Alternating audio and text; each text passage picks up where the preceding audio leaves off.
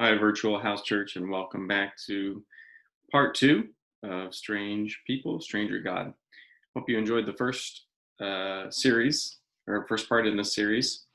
The most feedback that I've gotten is that people did not actually follow the instructions and get the cups and drink their own saliva. That's okay. Not everybody follows instructions, but maybe you'll at least have your Bible with you for this time and be able to follow along. This series is inspired by several books by a guy named Richard Beck, who's a psychologist at Abilene Christian University. Here's one of his books. There's several others that I'm drawing from as well. And if you'd like to dig deeper into the topic, I highly recommend those books. He's a great author, and a lot of these ideas about contamination and disgust were inspired by his writing. So if you did not participate in the spit or saliva experiment, maybe you can ask others around you what they think that they would do. It's an experiment in psychology about disgust and contamination. There's another one called the Hitler sweater test, and researchers put an old military-looking sweater in a room and asked people if they would walk into the room and try on the sweater or touch the sweater. And people would just go in and put it on. And then in another group, they would tell people to go in, look at the sweater, and they would be told that it was Hitler's sweater. And then they would be asked if they would try it on, and people didn't want to try it on because in their minds it had been contaminated from someone who exemplified evil. So what makes something disgusting? How does it become contaminated? Turn to Matthew chapter 8 in your Bible. There's an interesting example about contamination to start off with today, and it's the story of Jesus cleansing a leper. And to start off in this way and to think about Jesus and what he does with this leper, the way lepers were treated in this culture, will give us a starting point for thinking about contamination. So Matthew chapter 8 begins by saying, when Jesus had come down from the mountain, great crowds followed him, and there was a leper who came to him and knelt before him, saying, Lord, if you choose, you can make me clean. He stretched out his hand and touched him, saying, I do choose, be made clean. Immediately his leprosy was cleansed. By touching the leper, Jesus shows that he is willfully seeking contamination. The reason why lepers were separated from society, were separated from communities, is because of fear of contagion, fear that someone else could get it. They were removed. And Jesus is, again, willfully seeking this contamination. He's willing to engage that contamination because he chooses solidarity with those that are considered unclean. Because Jesus touches the leper first and then says, be clean. He demonstrates that purification comes after solidarity. So ever since getting into this study and even presenting the part one on this, I've been really struck and even transfixed by this idea that our notions of contamination come from lots of different ideas. If you had a dirty bucket of water and a clean bucket of water, what would happen if you took one drop of the dirty water and put it into the clean water? Well, then it would be considered contaminated. It would ruin the entire bucket. But what if you took one drop of the clean water and put it in the dirty water? It just gets absorbed and contaminated. So the real power for spread or contagion or contamination is from that which is already considered unclean. The power is not considered in that which is considered clean. But Jesus challenges that notion when it comes to spiritual matters, and then, of course, he's criticized by leaders of his time. See, Jesus ate with sinners. He showed solidarity before purification, and he was himself treated with disgust and was challenged. Now turn over just one chapter in Matthew chapter 9, verse 9. It says, Jesus was walking along and he saw a man called Matthew sitting at the tax booth. So lepers were one category of people that were considered unclean and removed from society. Tax collectors were not physically removed from society, but they were ostracized socially, um, mostly because some of them cheated and collected extra taxes, or even if they didn't, they represented the Roman government. So here's Matthew sitting in a tax booth. Jesus walks up to him and says, "Follow me." And he got up and followed him.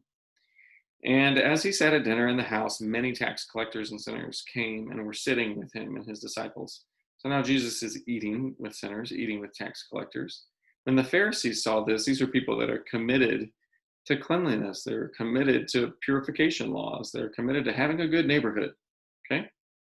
When they saw this, they said to his disciples, "Why does your teacher eat with tax collectors and sinners?" But when he heard this, he said, "Those who are well have no need of a physician, but those who are sick." And then Matthew 9, verse 13 is one of the most profound verses that we have to look at in this whole study. And it's when Jesus says, "Go and learn what this means. I desire mercy, not sacrifice. For I have come to call not the righteous, but sinners." This profound statement, go and learn what this means. Jesus is saying to you, to me, go and learn what this means. It doesn't mean you're going to get it right away. It doesn't mean you're going to have a full understanding of it. It's to go and learn, to excavate yourself, to look at your own life and how you formed the ideas that you have and what disgust and contamination and purity means in your life. Go and learn what this means. I desire mercy, not sacrifice. So this profound statement from Jesus has infected my daily life. Sacrifice in this context is a purity impulse with specific boundaries for admitting what is clean and expelling that which is considered unclean. Mercy, however, blurs the boundaries between clean and unclean by incorporating a really radical vision of hospitality. I hesitate to use the word hospitality. I grew up around and in the South, where Southern hospitality is this idea of, inviting someone in and treating them right, but it does not fully engage this radical version of hospitality that's being presented here. Mercy is crossing boundaries, and sacrifice is creating boundaries. When Christy and I moved to Hawaii, where I had my first faculty job at the University of Hawaii, we instantly sought out a church. We had always had a church home and always had a church small group. And we had heard about a church before we even went to Hawaii. So it was recommended to us. And so we went and visited. And it was a mega church. And so, it was big. And we walked up to the information booth and just said, we just got here, we're new, and we know we want to connect with a small group. So they, really struggled to get us some information, refer us to a website. We signed up there. It took a while. We called. Finally, we got connected with a small group, because for us, it wasn't just what we were going to see in that corporate worship service that was going to help us decide, but it was really about whether we could get connected with a small group of people. So after much to do, they sent us to someone's house to check out a small group. And we were nervous. We didn't know anybody there. And we weren't necessarily invited. We were just seeking out a small group. So we get to the house and we're nervous. And, we knocked on the door, and it was clear that we did not find people that were like us. They weren't our age. The house looked different. The neighborhood looked different. We just fell off from the minute we walked in. So we were led to a room just off the entrance where someone who was at the center of the room was in a hospital bed. The person was very large and clearly confined to the hospital bed, and she had lots of stuffed animals all around her, characters of all kinds. And it was indeed a small group. And for us, it felt awkward. We even found an excuse to leave early. The church ultimately wasn't the right church for us, and we quickly found a different church that was perfect for us. But I reflect back at that particular moment, thinking about what constructions and boundaries did I have in that moment that made me feel uncomfortable in that group? And how, in turn, could that have made someone else feel uncomfortable? But once we'd found our new church and gotten plugged in there, it was not too far from a mall, a Kaimuki mall. And one night before church, we were just wasting some time and getting something to eat. And I spotted a guy in the mall who was walking in a very like curious way. I would say even suspicious. His head was low. His eyes looked really dark to me. Um, he had light skin and dark hair and sort of looked like, um, you know, someone who might have been Eastern European or something in a movie. He just had, to me, in my mind, a very suspicious look. Okay, his gaze was off center when he walked, and he looked somehow purposeless and purposeful at the same time. And so we passed him several times in the mall. It was clear, like, something was going on. He was wearing military garb. He had, some kind of pack over the shoulder, and around his waist was like an ammunition belt. We saw him several times, and each time I was like building up my nervousness. So much so that I wanted to alert security to keep an eye on him. I never did that. But in my mind, this person looked like he was scoping the place. And I even started to wonder if he was planning something. So I want you to let that sink in for just a second, that someone had the makings of something that looked suspicious to me and led me to want to alert some type of security service there in the mall. I think the significance of placing the way that someone looks into like a suspicious category is something that calls for a lot of deep reflection, especially at this moment in time in our society. So when we left the mall and headed to church, I was actually glad to get out of there. I didn't like feeling nervous. I didn't like feeling suspicious, and I didn't like being around this person. So we got to church early that night. It was a Friday night service, and we chatted with friends. We found our seats, and because this is the way God works in my life, at least, who walks into church that night? That exact same person we had seen walking around the mall. Turns out someone from church invited him to come to church after seeing him in the mall. He became a follower of Jesus and a member of the church, and he worked with folks running the sound and video for the church. And he wore that same type of garb each night to church, had the same look, same disposition, same gaze. Was I, how would you characterize me in that situation? Was I being hospitable? Was I, was I truly interested in projecting Jesus, or was I, more focused on myself? And so the question I ask myself and ask us is, who are the people at the periphery of our life? Who is a person that is at the far boundaries of my own care and my attention? Who might be ignored in my workplace and at my church? And who is being marginalized in my neighborhood and my community and in my country? Who would Jesus grab to place at the center of my attention? And when I welcome that person, Jesus says that I also welcome Jesus. So here's where I've gotten really drawn into this topic.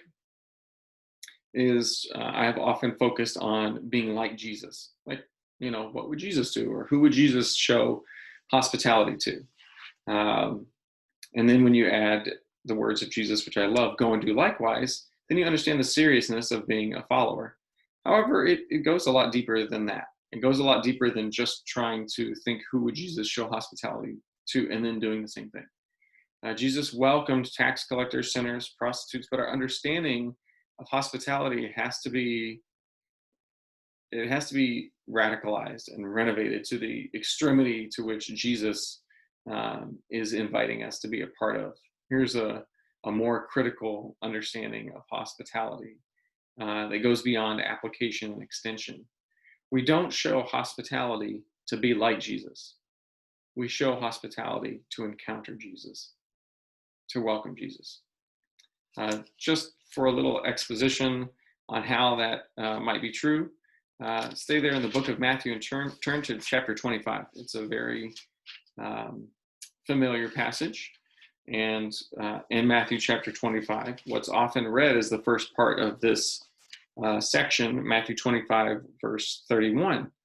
And it says, when the Son of Man comes in his glory, and all the angels will be with him, then he will sit on the throne of his glory. All the nations will be gathered before him. He will separate people one from another, as a shepherd separates the sheep from the goats, and he will put the sheep at his right hand, the goats at his left, and the king will say to those on his right hand, come, you that are blessed by my Father, inherit the kingdom prepared for you from the foundation of the world. Here are the phrases that you'll recognize here, often repeated. For I was hungry, and you gave me food. I was thirsty, and you gave me something to drink. I was a stranger, and you welcomed me. I was naked, and you gave me clothing. I was sick, and you took care of me. I was in prison, and you visited me. Then the righteous will answer him, Lord, when was it that we saw you hungry and gave you food, or thirsty and gave you something to drink? And when was it that we saw you a stranger and welcomed you in, or naked and gave you clothing? And when was it that we saw you sick or in prison and visited you? And the king will answer them, truly I tell you, just as you did it to one of the least of these who are members of my family, you did it to me. Now, that's often where people stop reading that verse, because you get the idea right away. But it actually keeps going. It says, then he will say to those on his left hand, you that are accursed, depart from me into the eternal fire prepared for the devil and his angels. For I was hungry, and you gave me no food. I was thirsty, and you gave me nothing to drink. I was a stranger, and you did not welcome me. Naked, you didn't give me clothing. Sick and in prison, you did not visit me. Then they will answer, Lord, when was it that we saw you hungry or thirsty or a stranger or naked or sick or in prison and did not take care of you? And then he will answer them, truly I tell you, just as you did not do to one of the least of these, you did not do it to me. And these will go away into eternal punishment, but the righteousness into eternal life. Again, I use Matthew 25 and frame that as like, oh, well, this is what we're supposed to do to people so we can be like Jesus. But if you read this in its most logically, conclusive way, Jesus is saying, this is what you did to me. And if we want to encounter Jesus, it's not that we're getting credit or not getting credit for, those types of actions. It's if we want to encounter Jesus, it comes in visiting, healing, and ministering. That we're not the ones doling out the good works. We're the ones getting the opportunity to encounter Jesus. So in this text, Jesus isn't the one doing the visiting. He's the one being visited. God isn't the host.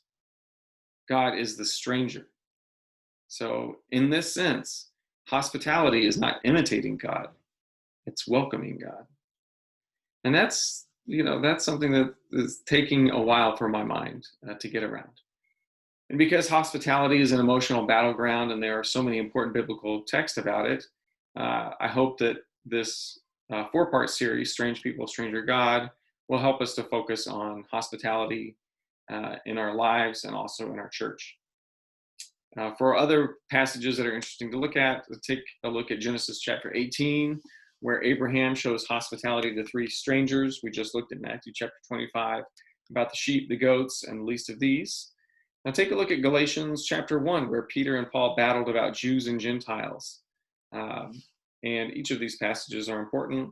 And in our last 2 sessions, we will look at some of those as well.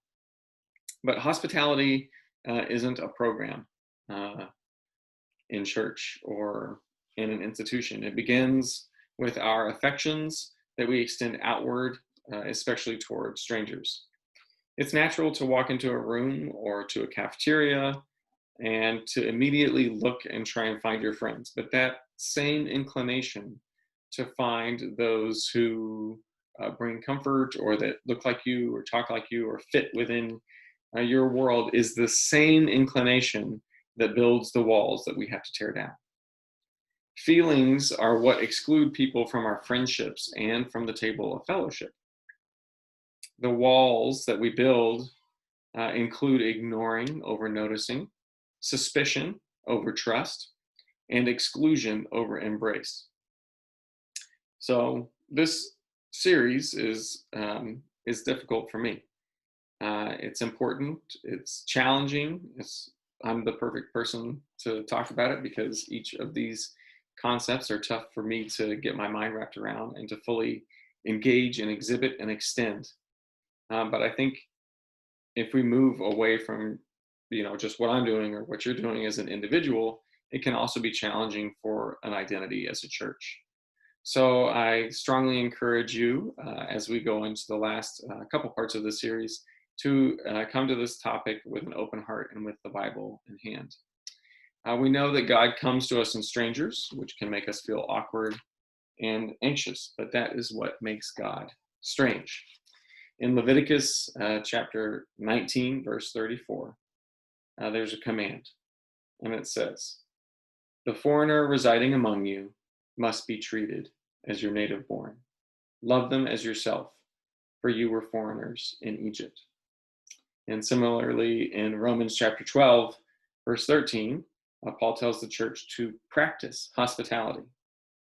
But the strangeness of strangers makes it hard to actually engage in that practice. And we see it on the news and in social media.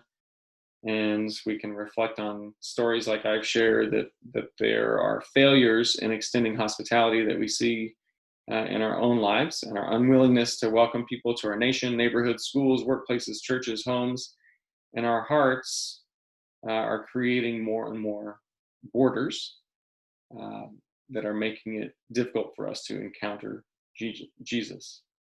Whether it's a houseless person sleeping on the street or racial segregation that continues to plague our cities, schools, and churches, the hateful signs that people hold up. I don't know if any of you remember Westboro Baptist Church protesting in front of Pepperdine this past year. Sometimes those that proclaim the name of Christ have been the worst offenders, or the very first to greet strangers with "keep out" signs. But the God who comes to us in strangers is too strange for us to see. And like the goats in Matthew chapter 25, we often refuse to welcome Jesus, who is in disguise. So, desiring to encounter God demands that we encounter strangers, and as Paul said, to practice hospitality. So, thanks for joining for this brief message this week, and I hope you'll join us for the last two in coming weeks. We'll also have a live Zoom meeting, I believe on June 22nd, so check your email for that. And if you want to engage in this conversation more in a dialogue, you can join by clicking the Zoom link that'll come in that email. Love you and miss you all, and hope to see you soon.